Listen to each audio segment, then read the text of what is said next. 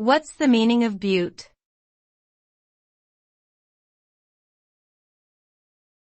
Butte.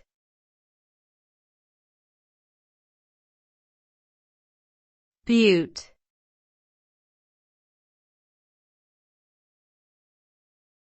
Butte.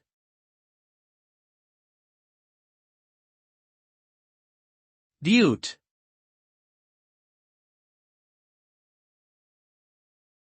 A butte is a geological formation with steep, vertical sides and a flat top. It is essentially an isolated hill or mountain with a small, protruding summit area. Buttes are typically found in arid and semi-arid regions of the world, where erosion by wind and water has shaped the landscape over millions of years.